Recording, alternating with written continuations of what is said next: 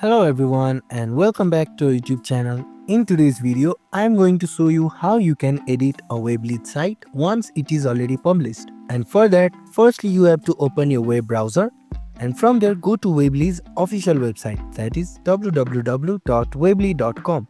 And from there, once you are logged in, you will be redirected to the Weebly dashboard. And from there, click on the hamburger option on the bottom left corner, and from there click on website and edit website.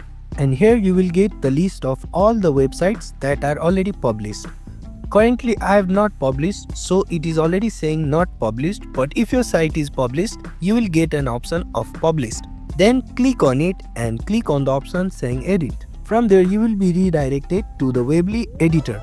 And from the Weebly editor, you can edit different options. You can add pages, you can change themes, as well as you can add images, videos and text as well.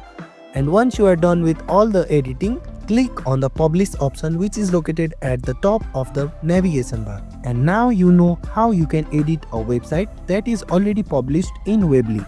And if this video was helpful, don't forget to like, share and subscribe to our YouTube channel. If you have any queries, leave down in the comment section. And thank you for watching. We'll see you in the next video.